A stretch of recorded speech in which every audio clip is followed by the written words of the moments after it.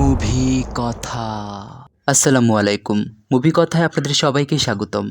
আজকে আপনাদের সামনে এমন একটি থ্রিলার মুভি নিয়ে এসেছি যেটা খুবই কম সংখ্যক মানুষ আপনারা দেখেছেন। আজকের মুভিটির মূল বিষয় হলো একটা মেয়ে কোন পরিস্থিতিতে পড়লে এবং সংসারের দায়িত্ব পালন করতে গেলে কিভাবে তাকে বেশ্যাবৃত্তি পেশাকে বেছে নিতে হয়।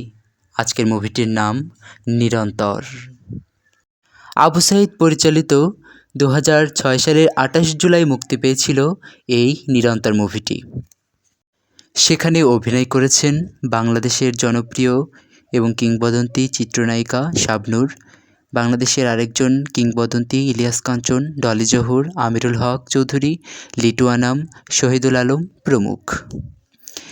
এই মুভিটি হুমায়ূন আহমেদের জনম একটি গল্প বা উপন্যাস আছে, সেটার অনুকরণেই এটি নির্মাণ করা হয়েছে।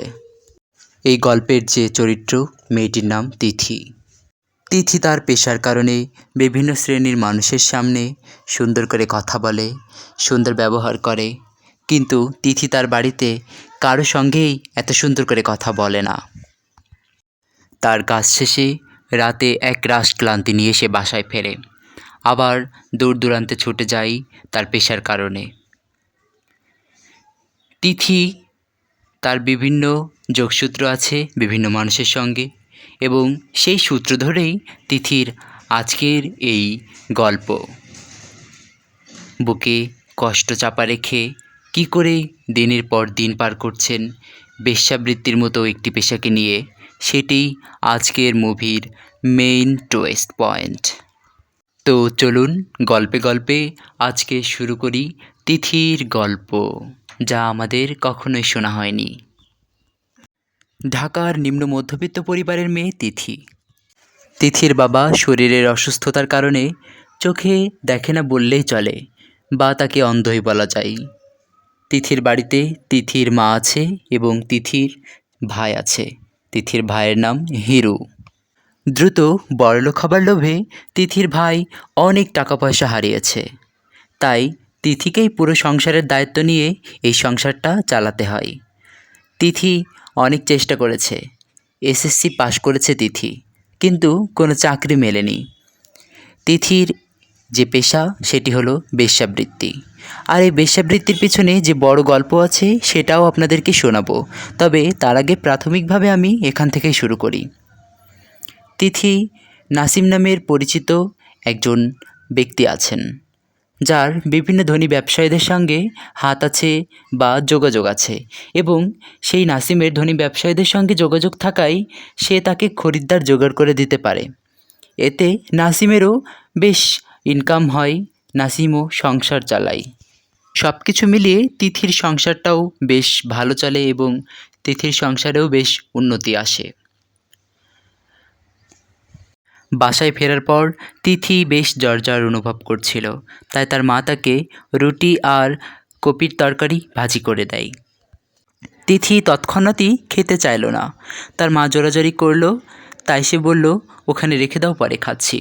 পরে তিথি গিয়ে সেই ঠিকানাটি বের করলো, যেই ঠিকানাটি দবিরুদ্দিন নামের এক ব্যক্তি তাকে দিয়েছিল। তো তিথি পরদিন গেল দেখা করতে। তিথির যে সুন্দর বেশভূষা, সুন্দর ব্যবহার, সব কিছুই ফুটিয়ে তুলল দবিরুদ্দিনের সামনে। কিন্তু তিথির কথা ছিল একটি চাকরির জন্য, আর চাকরিটা তার জন্য নয়, তার ভাইয়ের জন্য। সেই ঠিকানার দিকেই তাকিয়ে এতক্ষণ ভাবছিল। তিথি বাইরে থেকে ঘুরে ঘুমিয়ে পড়ল এবং সকাল হলো, তখন তিথি আবার বেরিয়ে পড়ল। তিথির গন্তব্য দবিরুদ্দিন নামক সেই ব্যক্তির বাড়িতে। দবিরুদ্দিনের বাসায় গেলেই তার ছোট্ট মেয়ে, যার ডাকনাম অজু, সে দরজা খুলল, বসতে বলল, তিথি বসলো। একটা পর্যায়ে দবিরুদ্দিন আসলো। তারপর কিছুক্ষণ পর দবিরুদ্দিনের স্ত্রী ডাকলে সেখানে দবিরুদ্দিন যায় এবং তাকে জিজ্ঞাসা করে বাইরে কোন মেয়ে কথা বলছে, এবং দবিরুদ্দিন মিথ্যা বলতে পারে না। সব কিছুর পর্যায়ে তার স্ত্রী মোটামুটি দবিরুদ্দিন এবং তিথির সম্পর্কে কিছু কিছু জানে।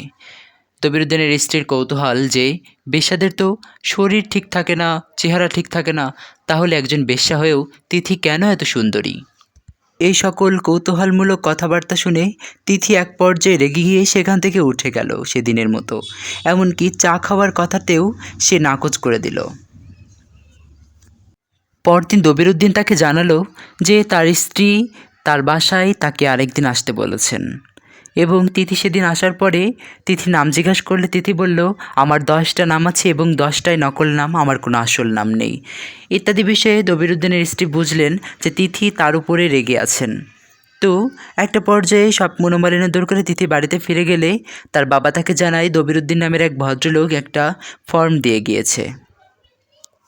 তিথি ঘরে ঢুকলো এবং দেখলো সেখানে একটি চিঠির খাম। সেটা পড়ে তিথি কেঁদে ফেলল, কারণ সেখানে লেখা ছিল দবিরউদ্দিনের স্ত্রী 1 মাস আগেই ইন্তেকাল করেছে।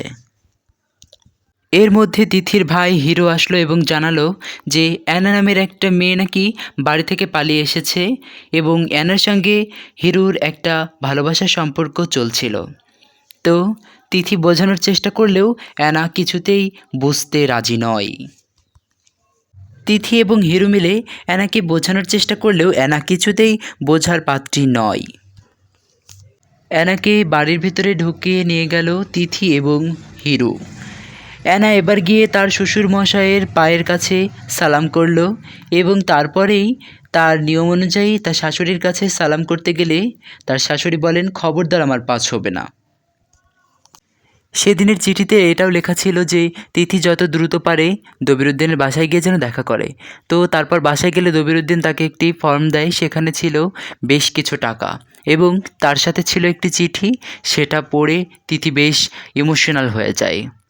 তারপর তিথি একটা পর্যায়ে টাকাগুলো নিয়ে বাসায় ফেরে এবং তার ভাইয়ের খোঁজ করে যে হিরু কোথায়। হিরুর বউ আসলে বা অ্যানা আসলে তিথি হিরুর বউকে জিজ্ঞেস করে যে হিরু ঘরে থাকলে তাকে যেন পাঠিয়ে দেয়। তারপর হিরুকে পাঠিয়ে দিলে হিরুর কাছে জিজ্ঞেস করে যে সংসারের দায়িত্ব নেবে কিনা। তারপর তিথি বলল যে কিভাবে দায়িত্ব নেবে ইত্যাদি বিষয় পরে তিথি তাকে একটা মূলধন দিতে রাজি হয়। তারপর হিরু তো অনেক খুশি। তারপর হিরুদের সংসারে আস্তে আস্তে সুখের বাতি জ্বলতে থাকে। অনেক দিন পর তিথি নাসিম ভাইয়ের বাসায় গেল। নাসিম ভাই বলল, আমি তো ভাবলাম তুমি বোধহয় সব কিছু ছেড়ে ছুড়ে দিয়েছো, ঘর সংসার করছো। যাই হোক, কথায় কথায় একটা খরিদ্দারের কাছে কথা বলে রাত 8টায় কাজ সারবে বলে সেখানে গেল এবং 8টার বেশি বাজাতে নাসিম ভাই সেখানে গিয়ে দরজার টোকাতে লাগলো। তারপর কাস্টমারটা রেগেমেগে এসে নাসিম ভাইয়ের কপালে পিস্তল ধরলো এবং আজে বাজে ভাষায় কথা বলল। তারপর তারা দুজনেই বাসায় ফেরার পথে বেশ ডিপ্রেশনে ছিল। তিথি বাসায় আসলো, দেখলো তার ভাই হিরু তার সামনে বেশ কিছু টাকা নিয়ে আসলো এবং তার ব্যবসা যে আসলে খুব ভালো যাচ্ছে সেই বিষয়ে সুসংবাদ দিল। কিন্তু তিথি তো পড়ে আছে খুব মনমরা অবস্থাতে যে কিভাবে কেন আজ এমন হলো। সংসারে যেহেতু সেই উন্নতি হলো, তাহলে এই পথ আজকে তাকে কেন বেছে নিতে হলো। সেদিনের সেই গল্পটা আমি এখন আপনাদেরকে শোনাচ্ছি। তিথির বাবা তাকে পাঠালো তার এক নিকটাত্মীয়ের কাছে 500 টাকা আনতে এবং তিথি সেখানে গেলে তাকে নাস্তা হিসেবে মিষ্টি খেতে দেয়। মিষ্টি খাওয়ার সময়ও তাকে ইপটিজিং শুরু করা হয়। তারপর তার সেই চাচা বলল যে আমি ঘরে যাচ্ছি, আসছি এক্ষুনি বলে নতুন একটা জামা নিয়ে আসলো এবং সেই জামাটা তিথির গায়ে পরানোর জন্য বিভিন্নভাবে জোরাজোরি করতে লাগলো। তিথি হিরুদের সংসার আজ খুবই সচ্ছল। বাবার চোখের অপারেশনটাও হয়েছে একটা প্রাইভেট ক্লিনিক থেকে। তাদের পুরাতন বাড়িতে থাকতে ভালো লাগছে না বলে শহরের মধ্যে নতুন একটা বড় দেখে বাসাও নিয়েছে। কিন্তু তিথির মন যেন কীভাবে সেই পুরনো দিনেই ছুটে চলে যায়। তারপর তিথি ভাবতে লাগলো তারা একদিন খেলা করছিল। খেলা করতে করতে তারা একটা গাছের পাশে লুকায় এবং সেই গাছের পাশে একটি বাড়ি ছিল। বাড়ি থেকে বেরিয়ে আসে একটি লোক। সেই লোকটি তাদের দিকে কীভাবে যেন অদ্ভুতভাবে তাকাচ্ছিল। একটা পর্যায়ে গিয়ে লোকটির পরনের কাপড় দিয়ে অশ্লীল ইঙ্গিত দিলে তিথি ও তার বান্ধবী চিৎকার দিয়ে ওঠে। মুহূর্তেই যেন সব কিছু ভেঙে যায় তিথির। তারপর আস্তে আস্তে সেই নরপশুদের চেহারা তিথির মনে আসতে শুরু করে। ঘৃণায় গ্লানিতে তিথি যেন ভিতরে ভিতরে শেষ হয়ে যাচ্ছে, তবুও বেঁচে আছে। তিথিরা এই পেশার সাথে জড়িত সব সময়, তারা ছাড়তে পারে না কোনোভাবেই। তিথিরা এই পেশা ছাড়তে পারে না। তাদের পরিবারের কাছে, পৃথিবীর কাছে তারা এক অদ্ভুত এবং রহস্যময়। এই ছিল আজকের গল্প। সবাইকে ধন্যবাদ।